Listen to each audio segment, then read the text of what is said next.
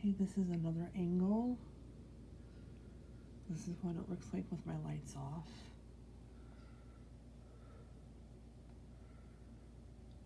I have a feeling everything will be level 3. Our snowplow guy hasn't even come yet, so we have somebody that does our driveway.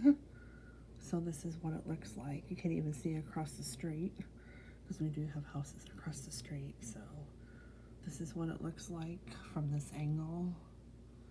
And this is crazy. Everything closed super early tonight. DoorDash is not running at all. So this is from this angle. So yeah, it's a blizzard.